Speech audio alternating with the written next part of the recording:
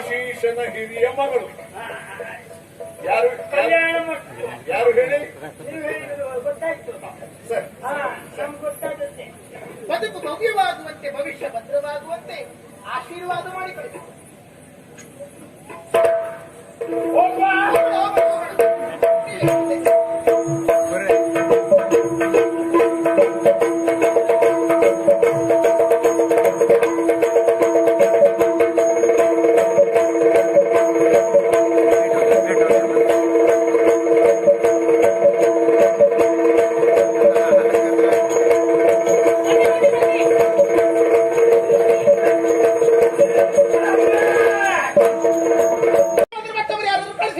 ಅಯ್ಯೋ, ನಿನಗೆ ವಿಷಯ ಗೊತ್ತಿಲ್ಲ. ಅವರನ್ನು ಸುಧಾರಿಸ್ಕೊಂಡು ಹೋಗುದಪ್ಪ. ಅಲ್ಲ, ಪುಣ್ಯಾತ್ಮರು ಆಚಾರ್ಯ ಭೀಷ್ಮರು ಉಂಟಲ್ಲ, ಹೌದು. ಅವರು ಹೇಳುವಾಗಲೇ ಹಾಗೆ ಹಾ. ಕೈ ಮುಕ್ಕೊಂಡು ತಮ್ಮಯ್ಯ ಇದು ಒಂದು ಕೆಲಸ ಮಾಡಬೇಕು, ಹೇಳುವಾಗ ಕೂಡದೆ ಹೋದವನು ಮಾಡುವುದೇ, ಆ ರೀತಿ ಹೇಳ್ತರು. ಅವ್ರು ಜೋರ್ ಮಾಡಿದ್ರೆ ಸಮಸ್ಯೆ ಇಲ್ಲಾಗಿತ್ತು, ಅವ್ರು ಜೋರ್ ಮಾಡುವುದಿಲ್ಲ. ಈ ಬ್ರಾಹ್ಮಣರು ನೋಡಿ, ಹೌದು, ಯಾರಲ್ಲಿ ಹೇಗೆ ಕೆಲಸ ಮಾಡಿಸಿಕೊಳ್ಳಬೇಕೆಂದು ಸರಿಯಾಗಿ ತಿಳಿದ ಯಜಮಾನರು. ಪ್ರಜ್ಞೆ ಉಂಟಿದೆ. ಹಾ. ಆದ್ರೆ ಹಾ. ಆ ಕಾರಣಕ್ಕ ಹೇಳುದು ಮೀರಲಾರೆನ್ನು ಭೀಷ್ಮರ ಆಜ್ಞೆಯ. ನನ್ನ ಜೊತೆಯಲ್ಲಿ ಬಂದಿರಿ. ಬಂದಿದ್ದೇನೆ. ಈಗ ಹೋಗ್ಬೇಕಾ? ಇದಾಗುದಿಲ್ಲ, ಕೂಡುತ್ತಿಲ್ವೇ? ಗಡ ಗಡ ಗಡ ಗಡ ಅಂತ ಉಂಟು.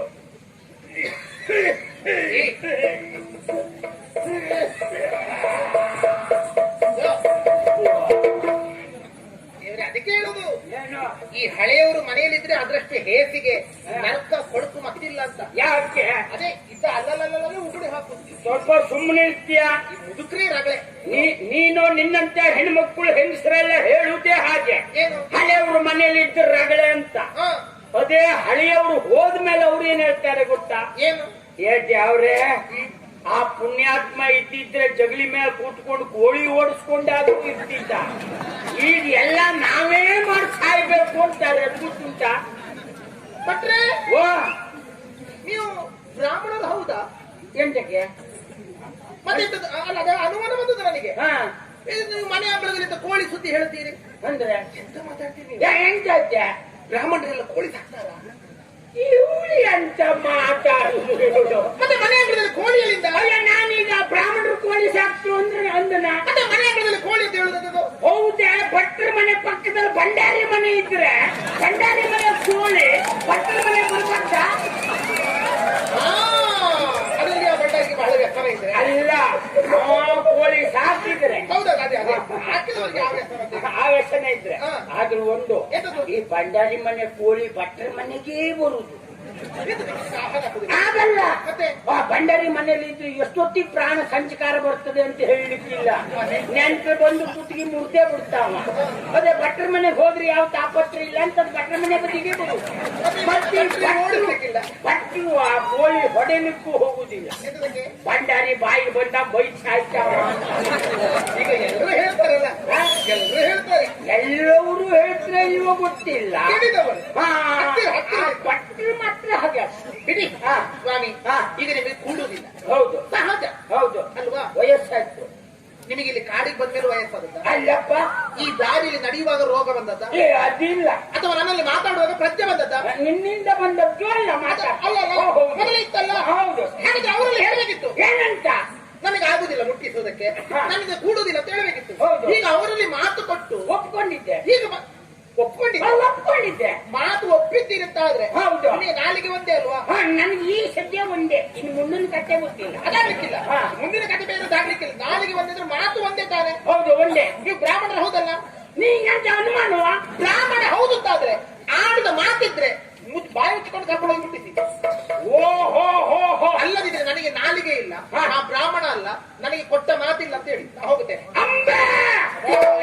ಅದು ಮಾತಾಡ್ಬೇಕು. ಆಡಿ ನನ್ನ ಪ್ರಾಮಾಣ್ಯದ ಮೇಲೆ ನೀ ಸವಾರಿ ಮಾಡಬೇಡ. ನೀನು ಆಡುದಿಲ್ಲ ಹೇಳುದಿಲ್ಲ ನೀವೀಗ? ಹೌದೇ, ನಾನು ಆಡಿದ ಮಾತು ಉಂಟು, ಮತ್ತೆ ಆಡಿದ್ದೇನೆ. ಪ್ರಾಮಾಣ್ಯ ತಪ್ಪು ಪ್ರಶ್ನೆ ಇಲ್ಲ. ಹೋಗುವ, ನಾ ಏನ್ ಹೇಳಿದೆ? ಕರ್ಕೊಂಡು ಹೋಗ್ತೇನೆ ಅಂದೆ. ಹೌದು, ಇವತ್ತೇ ಕರ್ಕೊಂಡು ಹೋಗ್ತೇನೆ ಅಂತ ಹೇಳಿದ್ರ. 1 ತಿಂಗಳು ಹೋಗ್ಬಹುದು, 2 ತಿಂಗಳಿಗೂ ಹೋಗ್ಬಹುದು. ನಿನ್ನ ಗ್ರಾಚಾರ ಚಕ್ರ 9 ತಿಂಗಳಿಗೂ ಆಗ್ಬಹುದು.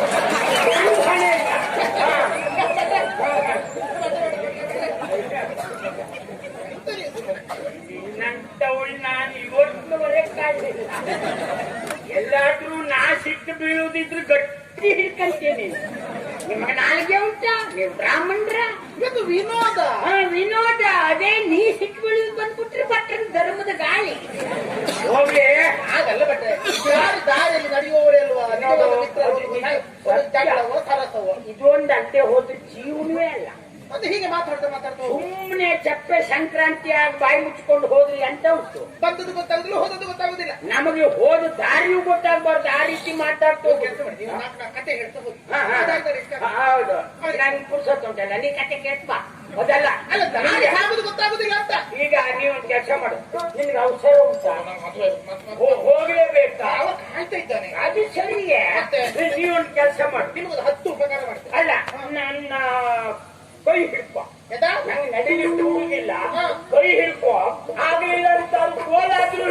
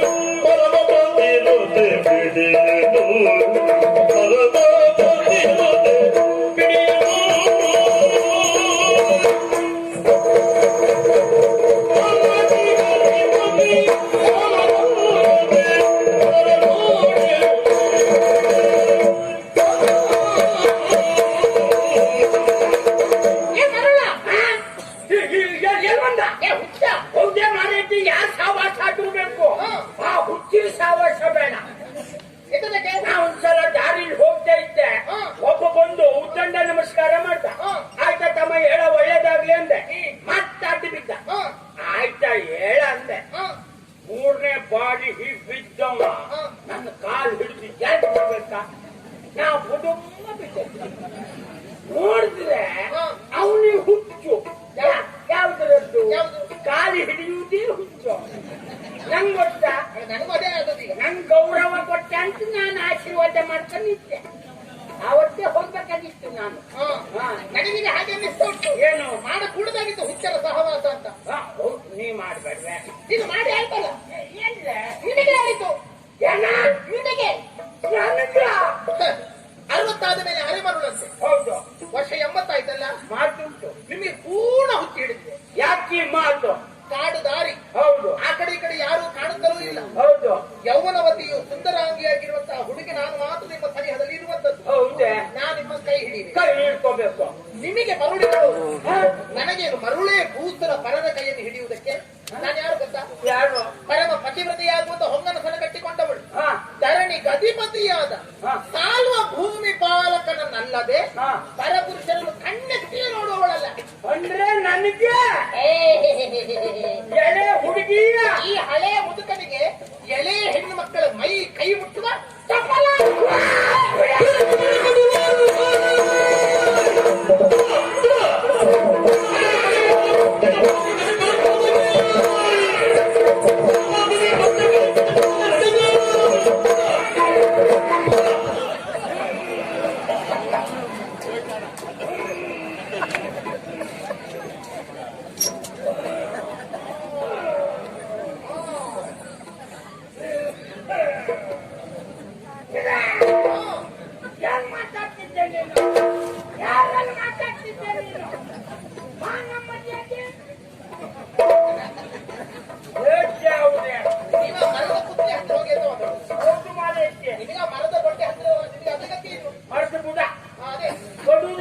ಕಡ್ದಿದ್ರು ಬುಡ ಹತ್ತ ಕಡ್ದಿದ್ರು ಸಮಸ್ಯೆ. ಆ ಕಡಿಯುವವರು ಹಾಗೆ ಮಾಡ್ಸಾಯ್ತು. ಅರ್ಧಂಬರ್ಧ ಕಡಿದ್ರು. ಅವ್ರಿಗೆ ಔಷಧ ಯಾರಾದ್ರೂ ಬಂದ್ರೆ ವಿಚಾರ ಇಲ್ಲ. ಎಂತ ಮಾಡುದು? ಬಿಡುದಲ್ಲ, ಬಿಡುದು ಅಲ್ಲ. ಎಂತಂದ್ರು ನಂಗೆ ಹೆದರ್ಬಿಟ್ಟೆ ಅಲ್ಲ ನೀನು. ನಾ ಜೋರಾದಕ್ಕೆ ಹೊಡ್ತಕ್ಕೆ ನೀ ಇದ್ರ ಬಂದ್ಬಿಟ್ಟೆ ನೋಡಿ. ಹೆದ್ರಿ ನೀವು ತಿರುಗಿದ್ದಲ್ಲ ಅಂದ್ರೆ ನಾನು ಇತ್ತಲ್ಲೇ ಇದ್ದೇನೆ. ನೀವು ತಿರುಗಿದ್ದು 4 ಸಲ. ನಾನ್ ತಿರುಗಿದ್ನ? ಹೌದು, ನಾನ್ ತಿರುಗಿದ್ದಲ್ಲ, ನೀ ತಿರುಗಿಸಿದ್ದು. ತಿರುಗಿಸಿದ್ದು ನಿನ್ನ ಮಾತು ಇಲ್ಲ ಅಂತಾದ್ರೆ ಹೆಣ್ಣು ಮಕ್ಕಳು ಚಪ್ಪಲ ಹೋದವರು ನೀವು. ನಾನು ಎಳೆ ಪ್ರಾಯದ ಹುಡುಗಿ ಮೈ ಮುಟ್ಟು ಚಪ್ಪಲ ಅಂತೀಯ? ಎತ್ತದು ಬಿಡುದಿಲ್ಲ, ಒಂದು ಮೈತ್ರಿ ಮಾತಾಡಬೇಡ. ಎತ್ತದು ನೋಡು, ಏನು ನನ್ನ ಜೀವನದಲ್ಲಿ ನಾನು ಇವತ್ತಿನವರೆಗೆ ಇಂಥ ಮಾತು ಹೇಳಿಸ್ಕೊಂಡದ್ದಿಲ್ಲ. ಒಂದು ಮಾತಿಲ್ಲ, ಹಾ, ಹುಡುಗರನ್ನಾದರೂ ನಂಬಬಹುದು, ಹಾ. ಈ ಮುದುಕರನ್ನು ನಂಬಲೇಬಾರದು. ದೇವ್ರೆ, ನನ್ನ ಪ್ರಾರಬ್ಧಕ್ಕೆ ಇವತ್ತು ಒಬ್ಬನೇ ಮುದುಕ್ ಬಂದ್ ಸತ್ತೆ. ಮುಂದೆ ಹೋದ್ರೆ ನಮ್ದು ವಯೋವೃತ್ತನ ಸಂಘ ಮಾಡಿ ಏನಾದ್ರೂ ಒಂದು ಹೋರಾಟ ಮಾಡಬಹುದಿತ್ತು. ಒಬ್ಬನೇ ಒಬ್ಬ ಮುದುಕರೇ ಇಲ್ಲ ಎಂತ. ಯಾಕೆ ಹೇಳಿ, ಏನು ಬೇಕಾದ್ರೆ ಪರೀಕ್ಷೆ ಮಾಡಿ ನೋಡಿ. ಏನು ಮುದುಕರ ಸ್ವಭಾವ ಎಂತಹದ್ದು, ಎಂತದ್ದು ಮುದುಕರ ಸ್ವಭಾವ? ನಾಳೆ ಬೇಕಾದ್ರೆ ಹೋಗಿ ಯಾರ ಮುದುಕರಾದ್ರೂ ಹೋಗಿ ಕೇಳು, ಏನ್ ಕೇಳುದು? ಏನಜ್ಜ ನೀನು ಮದುವೆ ಆಗುತ್ತೀಯಾ ಅಂತ. ಆಗ ಯಾವ ಮುದುಕರು ನಾ ಮದುವೆ ಆಗುದಿಲ್ಲ ಅಂತ ಹೇಳುದಿಲ್ಲ. ಮತ್ತೆ ಎಂತ ಅಂತರು? ನನಗಿನ್ನು ಯಾರು ಹೆಣ್ಣು ಕೊಡ್ತಾರೆ ಅಂತ ಕೇಳುದು. ಅದರ ಧ್ವನಿ ಎಂತದ್ದು? ಏನು? ಹುಡುಗಿ ಸಿಕ್ಕಿದ್ರೆ ನಾನು ಈಗಲೂ ಮದುವೆ ಆಗುತ್ತೇನೆ ಅಂತ ಅಚ್ಚ. ಆಗದ ಬಿಡುದು ಮನೆಯರು ಮಾಡಿ ಅಸಂಬದ್ಧ ಮಾತಾಡ್ಬೇಡ.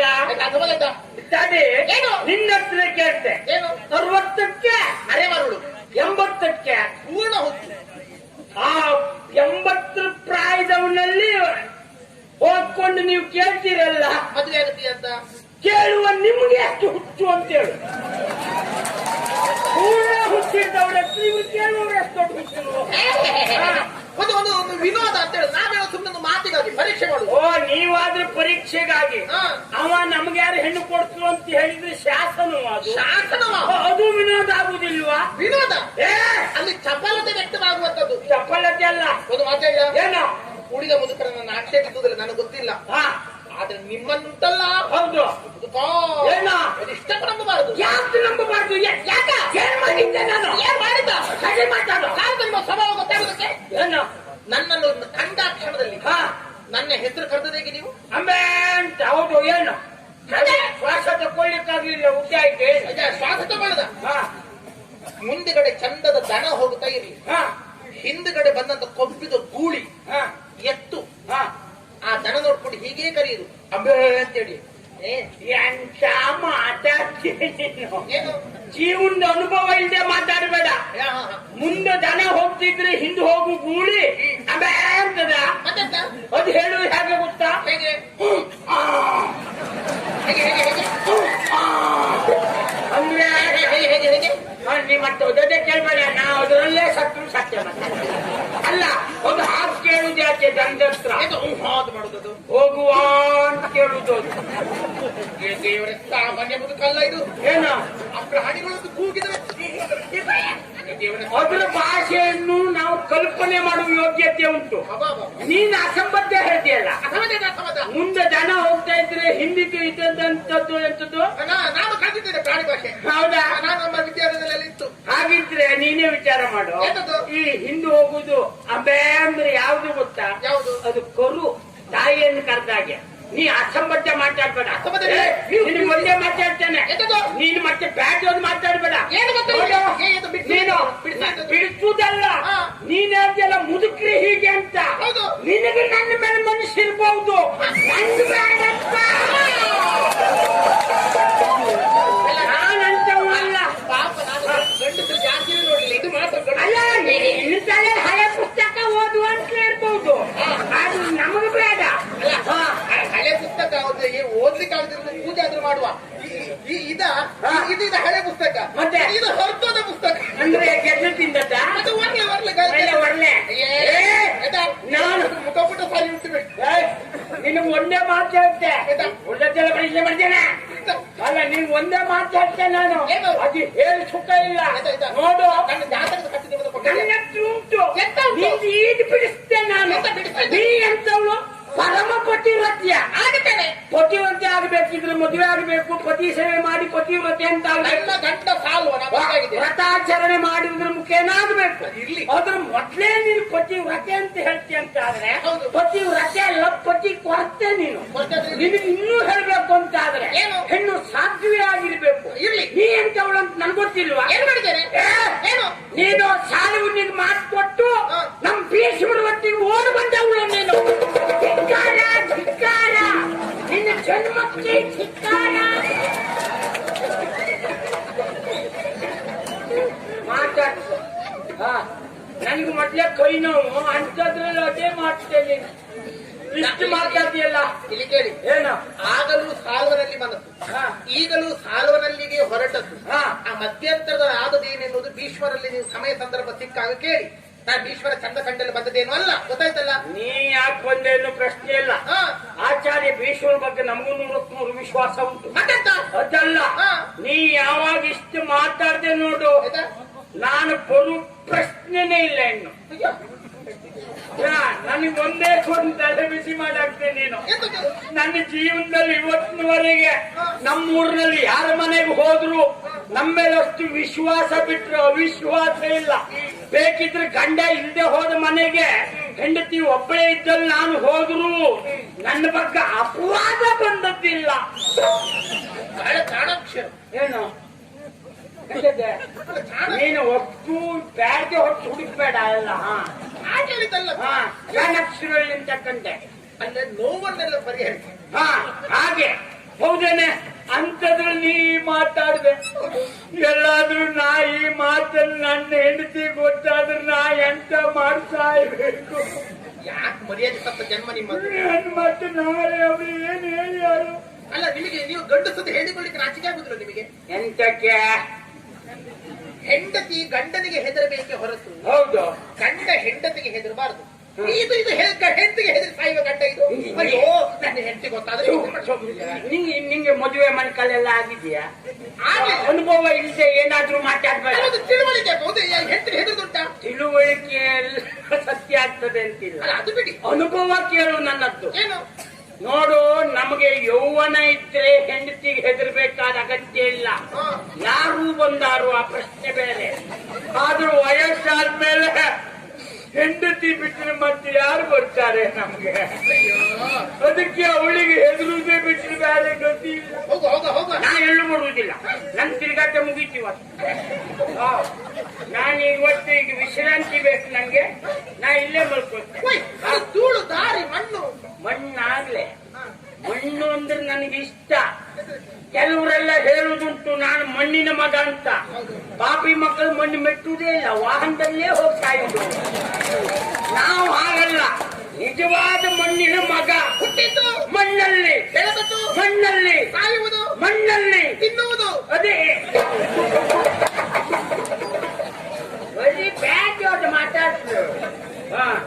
ನಾನು ಎಲ್ಲೂ ಬರುವುದಿಲ್ಲ. ಅಲ್ಲ, ಒಂದು ಕೊಡದ ಮಾತಾಡ್ತೀರಲ್ಲ ನೀವು. ಅಲ್ವೇ, ಇದು ಉತ್ತರ ದಿಕ್ಕು ಯಾವ ಗೊತ್ತಿದೆ? ಗೊತ್ತಿಲ್ವಾ? ಅಲ್ಲ, ಈಗ ಉತ್ತರ ಇಲ್ಲಿ ಮೇಲೆ. ಈ ವರ್ಷ ಮೇಲೆ ಆಯ್ತಾ? ಬಹುಶಃ ನೀವು ಹುಟ್ಟಿದ ಮೇಲೆ ಮೇಲೆ ಆಯ್ತಾ? ಅಲ್ಲ, ಮತ್ತೆ ನಿಮಗೆ ಇದು ಉತ್ತರ ದಿಕ್ಕೆತ್ತದಕ್ಕೆ? ಅಲ್ಲ, ನಾವು ಮಲ್ಕೊಳ್ಬೇಕಿದ್ರೆ ದಿಕ್ಕಲ್ಲಿ ಅಕ್ಕ ಹಾಕ್ಬೇಕು ನಾವು. ಅದ ಪ್ರಯಾಣದಲ್ಲಿ ಚಾಂಡಾಲ ಆಚಾರ ಅದೆಲ್ಲ ಇಲ್ಲ. ಹಾ, ಪ್ರಯಾಣದಲ್ಲಿ ಚಾಂಡಾಲ ಆಚಾರ. ಚಾಂಡಲಾಚಾರ ಅಲ್ಲ, ಇಷ್ಟು ಭಾಗ ಹಾ. ಓಯ್, ಹೋಗುವ ಅಂದೆ. ಏನ? ಹೋಗುವ. ಎಲ್ಲೂ ಹೋಗುದಿಲ್ಲ, ಎಲ್ಲೂ ಬರುವುದಿಲ್ಲ. ಅಲ್ಲ, ಇದ್ಯಾವ ಜಾತಿ ಪದ ಬುದ್ಧಿದು? ಅದು ಹಕ್ಕಿ ಉಂಟಂತೆ, ಆಕಾಶ ತಲೆ ಮೇಲೆ ಕಳಚಿ ಬಿಡ್ತಂತೆ, ಕೈಕಾಲ ಮೇಲೆ ಮಾಡಿ ಮಲಗುವಂತ. ಆ ರೀತಿ ಮಲಗುತ್ತಾರೆ ಅವರು. ಏನ? ಅದೊಂದು ಜಾತಿ ಹಕ್ಕಿ ಮಲಗಿದೆ ಹಾಗೆ. ನಾನು ಮಲ್ಕೊಳ್ತೇನೆ, ನನ್ಗೆ ಇಷ್ಟ. ಇವರು ಯಾಕೆ ಹೀಗೆ ಮಾಡ್ತಾರೆ? ಧರಣಿ ಗುರು ಇಂದಿರಲಿ ಗಂಬೆಯೋ, ಅಯ್ಯೋ, ಧರಣಿ ಗುರು ನಿಂತೆನಲಿ ಗಂಬೆಯೋ, ಬರಿದೆ. ಹೊತ್ತನು ಕಳೆಯಬೇಡ, ಅಯ್ಯೋ, ಬರಿದೆ ಹೊತ್ತನು ಕಳೆಯಬೇಡ, ಬರಿದ ದ್ರವ್ಯವ ಕೊಡುವೆ, ಬರಿದ ದ್ರವ್ಯವ ಕೊಡುವೆ, ಸಾವನ ಬಳಿಗೆ ತೆರಳಿದರೆ